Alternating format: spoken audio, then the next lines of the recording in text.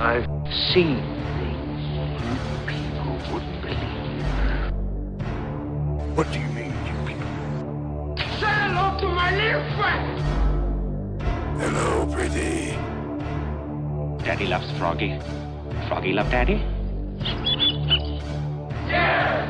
We're all I'm not. Welcome to this week's episode of The Good, the Bad and the Odd with your hosts Mark and Sam. This week we'll be telling you what we've been up to. We'll be doing our top 5 movies with time travel, and we'll be discussing Bill and Ted's Excellent Adventure. Get the comfy chair!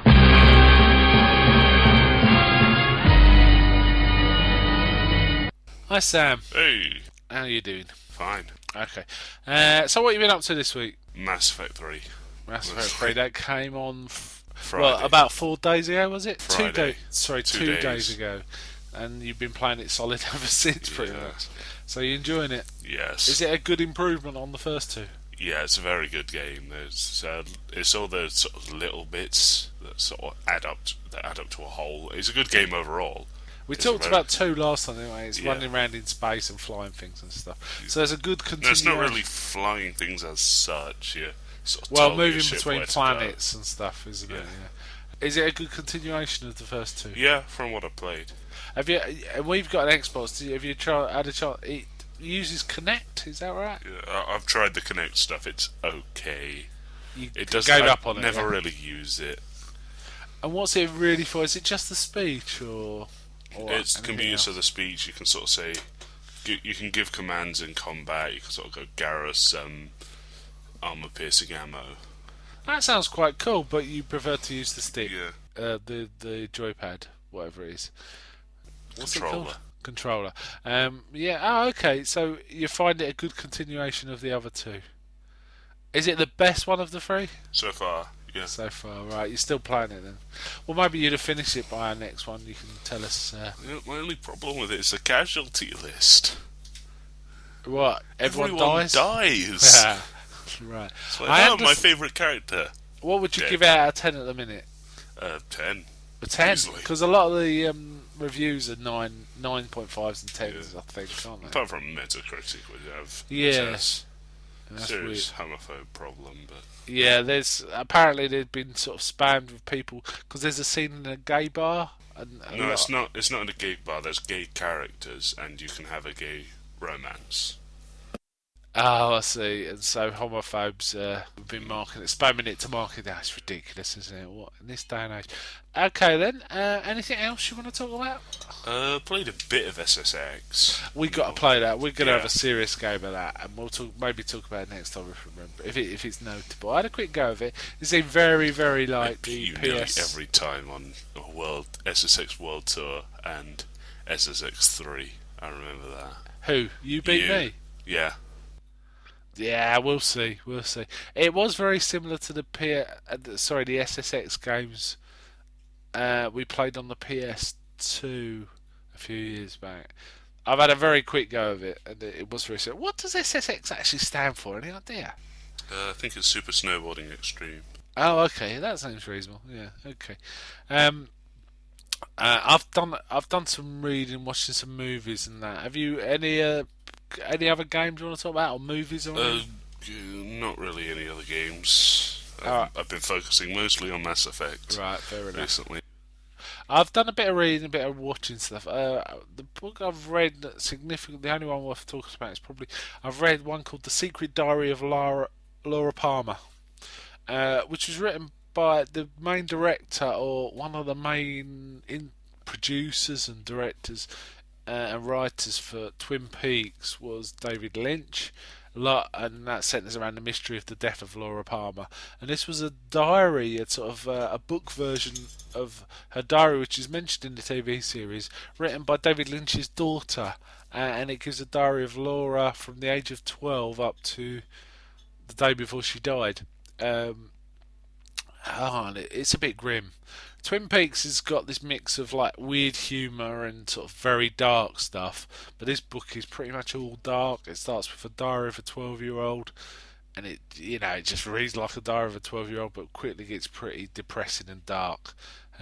Partly because of Laura's character wanting to do, she's got an addictive personality, so she starts taking drugs. But also, she does mention visits by Bob, who's like a significant character in the Twin Peaks universe.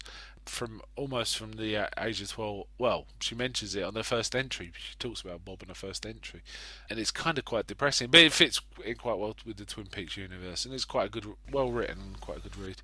I've also watched a few movies. I watched the latest version, the updated version of Conan the Barbarian, which is nowhere near as good as the first Arnie film, but it wasn't bad. It was really good in places, apart from Conan.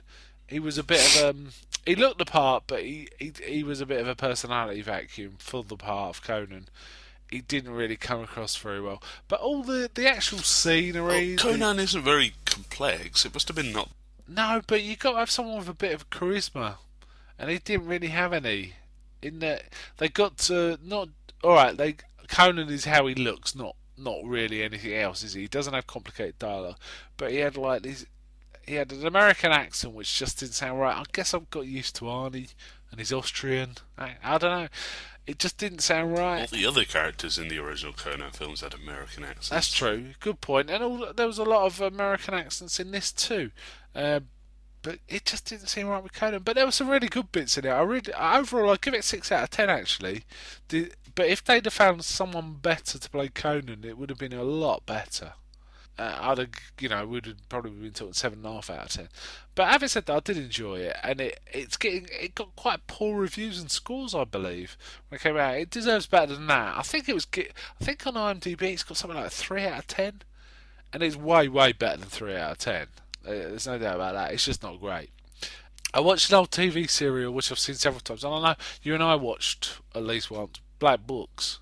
With Bernard Black and Manny, who's played by Bill Bailey, set in a bookshop. Really funny. My favourite one by far is when Manny somehow gets obsessed with being in the police, and he starts to pretend to be like a Cockney policeman. And somehow he gets involved with the real police who think he's also a policeman from my age, and the policeman takes him into like a hardened criminals thing. And this is right. We're going to play good cop, bad cop. I'll be the bad cop, you'll be the good cop. And the bad cop will say, "You're going down for 10 years if you don't tell us what's going on, son." And Bill Bailey would say, "You have beautiful eyes." I think I've seen that one. I think you have, and it's really funny. And because of his weird way of acting good cop, the bloke confesses he can't take it anymore. It's a really funny one. I saw watch that again. SSX stands for Snowboarding Supercross. Cross. So the X is Yeah. cross. Oh, okay. So that was quite good. I also watched a film called Mallrats, which is the second movie by a director called Kevin Smith. It's from the 90s. It's about these guys just running around in the mall doing stupid stuff. And it was kind of fun. It wasn't as good as I remembered. I remember the first time I saw it, I thought it was really great. But in this, the level of acting isn't that great. But the jokes are still good. It was okay. As I started watching, I was thinking, "Oh, this isn't as good as I remember it." First 20 minutes or so. But then I sort of settled into it, and I quite enjoyed it in the end. So that was quite good.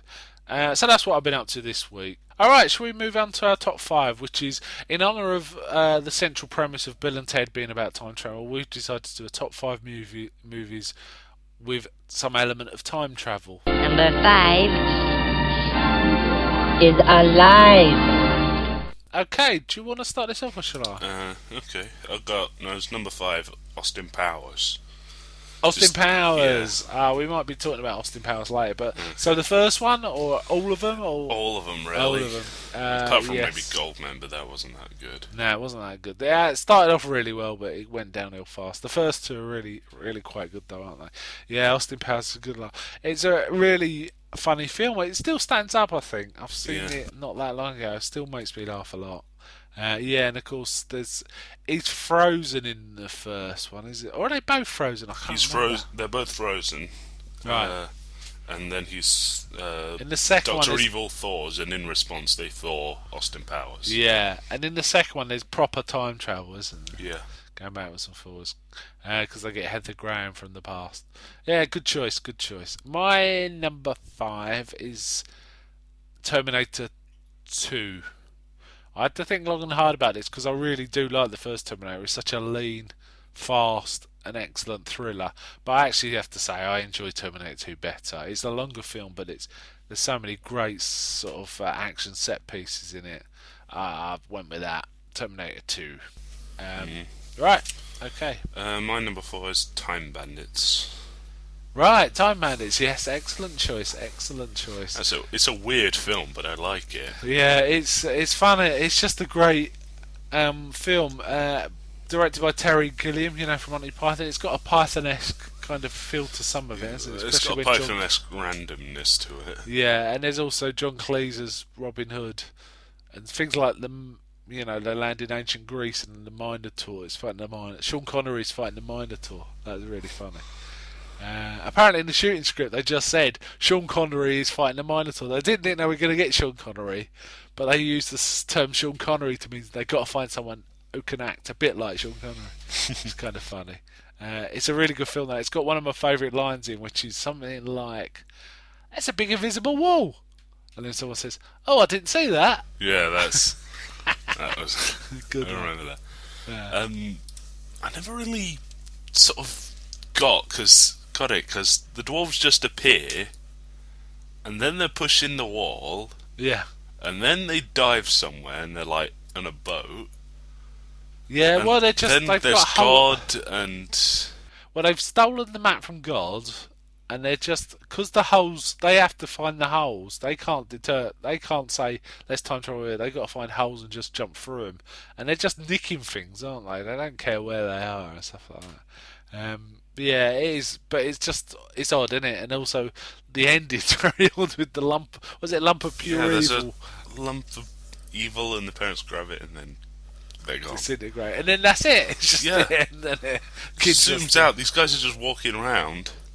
And Sean Connery's the one of the firemen, isn't he, at the end as well, I think. Says, "Oh, okay, Kevin, you'll be fine on this." Good choice. Good choice. Right, now, funny enough, my number 4 is also a Terry Gilliam film. Not Time Bandits, though. It's a film called 12 Monkeys. Have you heard of this one? Nope. It's an odd film, this. It's Bruce Willis, but not doing a usual Bruce Willis performance. It's basically a guy in the future who's like a really depressing... Everyone lives underground. It's really depressing. They live in like little cells, or they might be prisoners. You're never quite sure. And they find that they can send Bruce Willis back to the past to try and stop a plague instigated by terrorists that wipes out the world, but it's brought about by monkeys as carriers, and it's like a backwards and forward. It keeps going backwards and forwards to like now. Well, now it's the mid-90s, right, and then Back to the Future, and it keeps going backwards and forwards, and you're never quite sure what's going on. And Brad Pitt's in it as this sort of psychiatric patient. At one point, Bruce Willis gets locked up in a sort of insane asylum, and Brad Pitt's in there talking to him about the meaning of life and stuff. It's a really weird and good film, and it's really odd, and it's based, and it's also a weird film because it's based on effectively a sequel or stroke remake of a weird French short film called Le Jetty.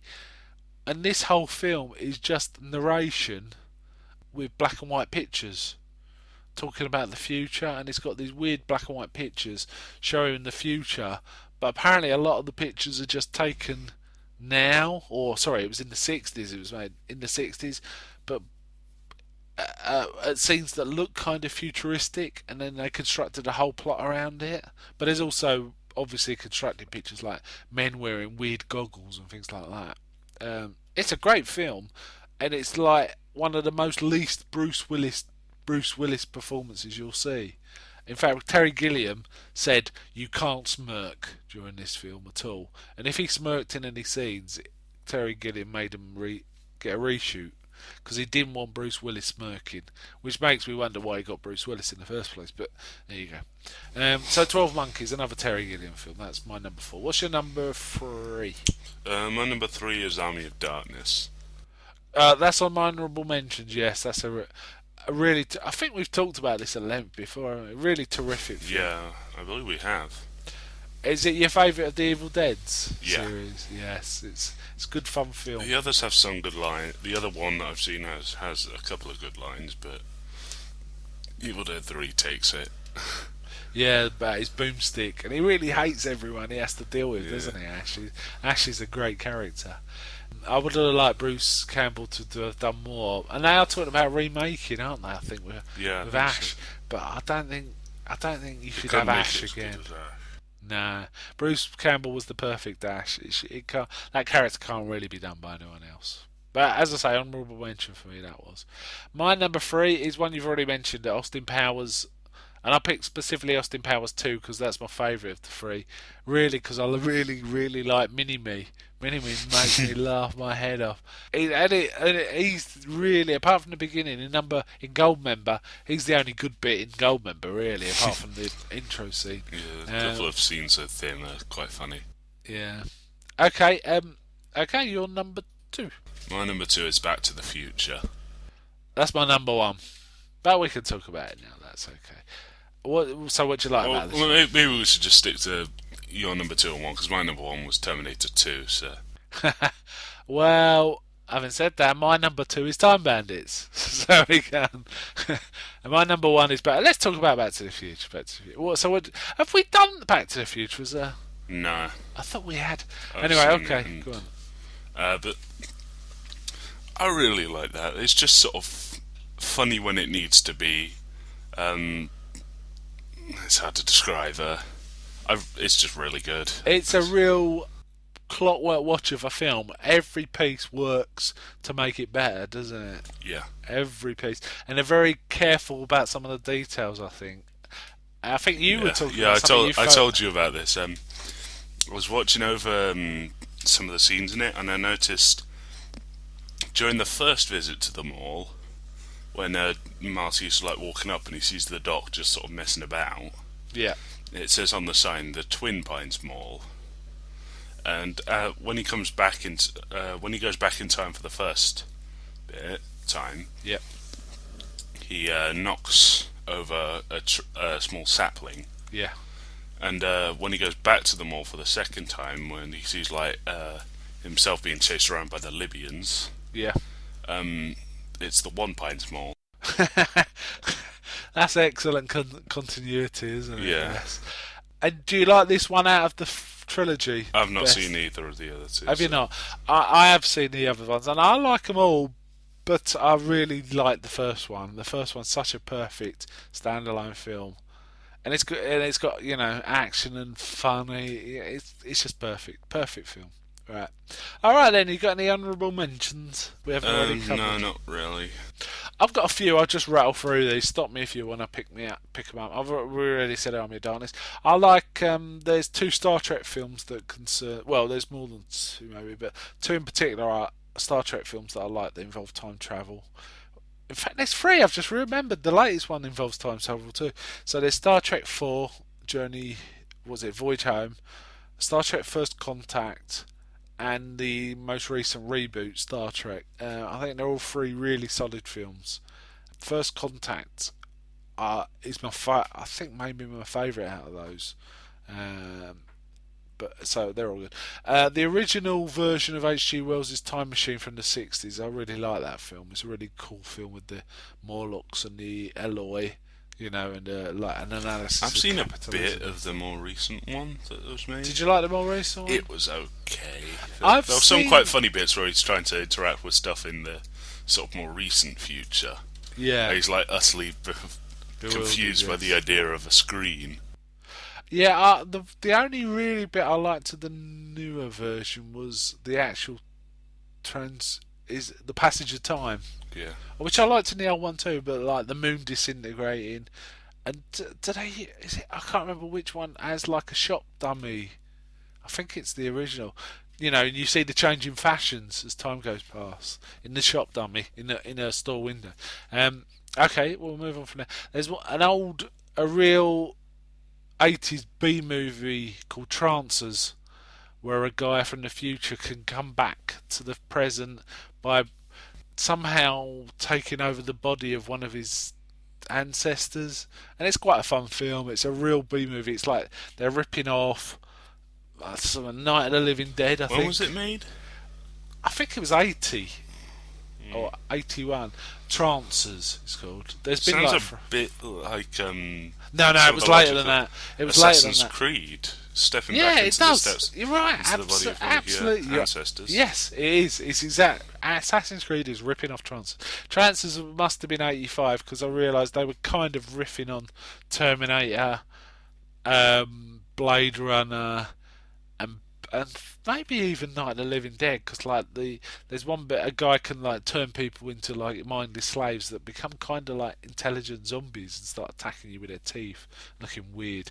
And it's famous for a bit where one of the trancers is like a jolly Santa Claus guy who gets turned into this mindless, raging killing machine, and he has to be shot to death. And one of the kids goes, "Mummy, they shot Santa Claus," because it's in the middle of a mall. And that's quite funny. Planet of the Apes is a good one. There's another one called, one of the few films I like with Jean-Claude Van Damme, which is called Time Cop, which is basically they have a division of the police force that deal with time crimes because they discover how to go backwards and forwards in time, and they have to stop people who influence the future or financially benefiting from time travel, which is like the obvious thing you'd do if you could travel in time. You go back and buy lottery tickets, wouldn't you, and things like that. But they have to stop that, and it's quite a good film. And finally there's another one called Warlock, which is a really cool little film with Richard E. Grant as like this witch hunter that chases this warlock who's about to be like burnt to death of being a witch in the past. The warlock uses his magic powers to come to the future, modern day 80s America, and this witch hunter who's really committed and driven manages to chase him through time as well. It's a manhunt picture. It's a pretty cool one. Richard E. Grant's always a good actor, and I like this film. Well, maybe we should watch it sometime. I think you'd like it. Alright then, first we'll have a trailer, and then we'll move on to our main feature, which is Bill and Ted's Excellent Adventure. Alright, so now it's time for the clean promo. And I'm noticing that a lot of the promos we've received are way better than ours. Yeah, but they're also for shows that are way better than ours. But hey, I'm El Goro. And I'm the Cancer Man. And we are the hosts of Talk Without Rhythm. The only podcast that will not attract the worm. That really doesn't explain what we do, sir. We watch 2 movies a week, we review them, we chat about things, and occasionally we say something funny. Yeah, but most of the time we just seem to make people angry. That's because the American film viewing public can't handle most of what we have to say. But if you think you can find us on iTunes. If you do a search for Talk Without Rhythm, you can also find us on our website, twrpodcast.blogspot.com, baby. Deuces. So clean. Right, Bill and Ted's Excellent Adventure, made in 1989, starring a few people. Most famous one's Keanu Reeves, and George Carlin. Yes, good pick up. And Alex Winter is pretty good as well. I don't know why Alex Winter didn't do better. I believe he's been in some quite good TV shows, but I haven't seen him myself. Bones. I think he's been in one called Geeks and Freaks. I Freak. could be wrong. He was in a film called Freaked. Yes, I've seen bits of that and it looks quite good, but I've never actually seen the film too. I'm probably wrong about Alex Winter. George Carlin, of course, he's pretty good in this as Rufus. He's very calm and collected, but he's in his stage 8. George Carlin, if you didn't know, is a comedian, quite famous in America, not so famous here in the UK, but he was very good as Rufus. I think I've seen some of his stuff. Yeah, I've seen some of his stuff. He's quite good. Yeah, he makes me laugh. He's frank, is the best way you can describe him, probably. Okay, so the boys are in 1980s America in a place called San Dimas, which I think is in California. And it turns out that they want to play in a band, but they can't play their instruments. But they're starting to flunk history. And if they don't get an A+ in their final test... Oh, Keanu. What's Keanu Reeves' character? Is it Bill? Yeah, no. I always get him confused. Just a minute. Or Ted. He is Ted. Ted. If Ted Theodore Logan. Yeah. If Ted... if he doesn't get an A+, Ted's getting sent to military school. So military academy, which will mean the end of their band ambitions. But in the future, their band turns out to be like the inspiration to bring world peace, and it becomes like the new world religion in 700 years' time. What happens is they send Rufus back from the from the future, to try and help make sure Bill and Ted pass their history test.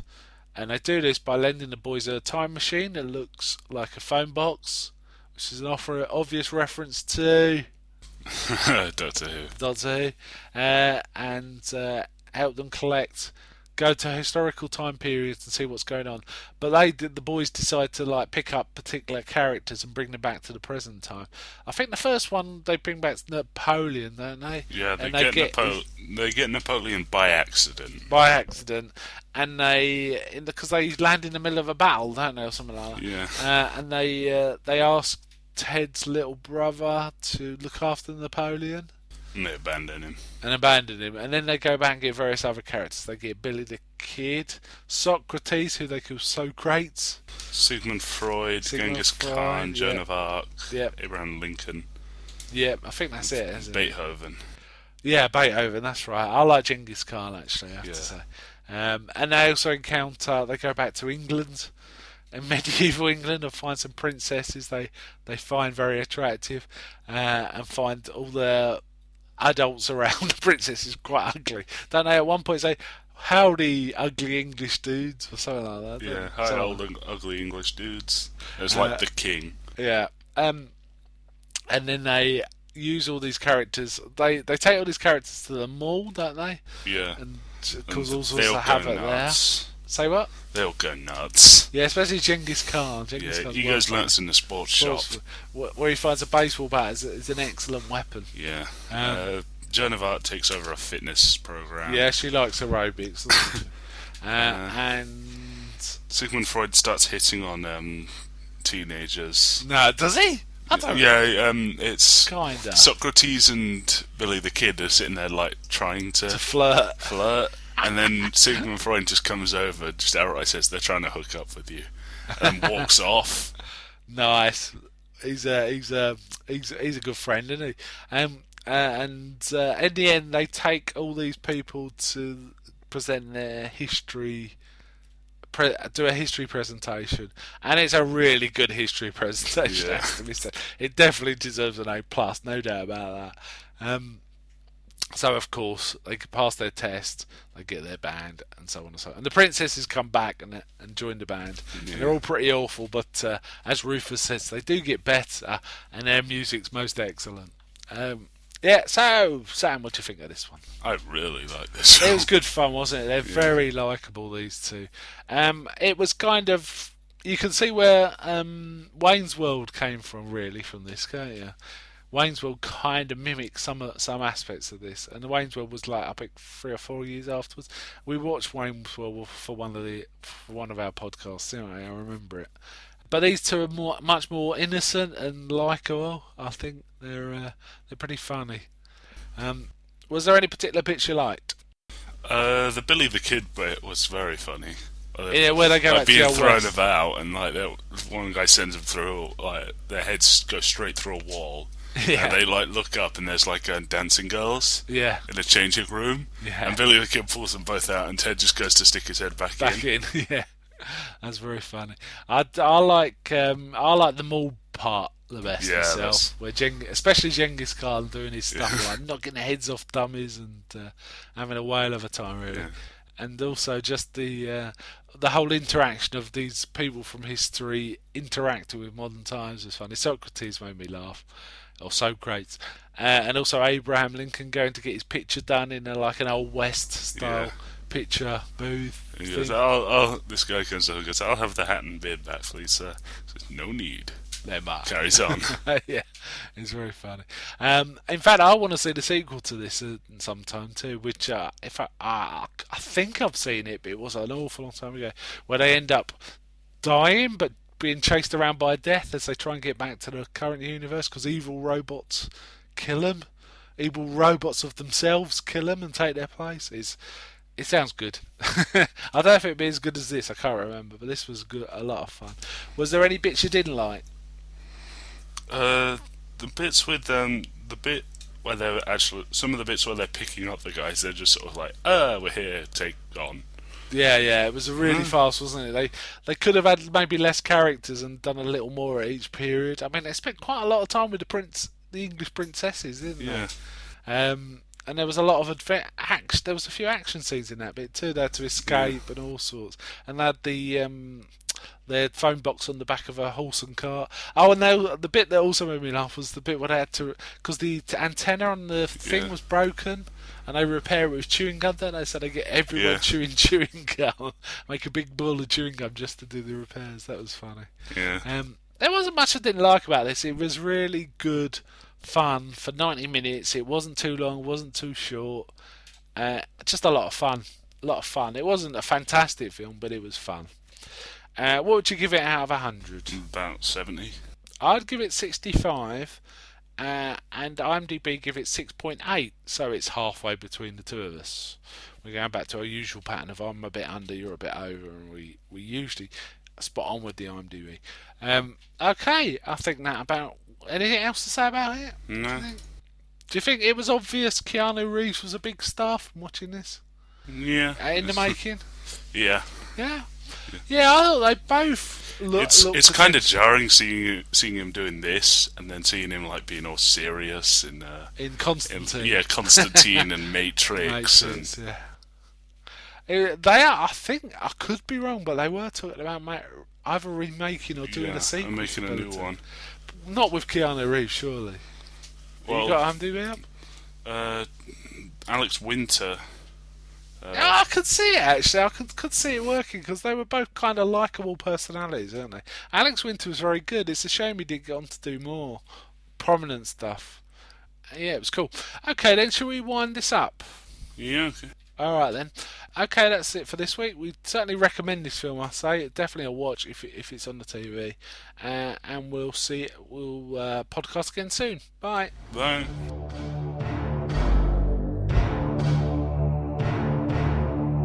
You can visit us at our website www.thegoodthebadandtheodd.com, or you can leave us feedback on info@thegoodthebadandtheodd.com.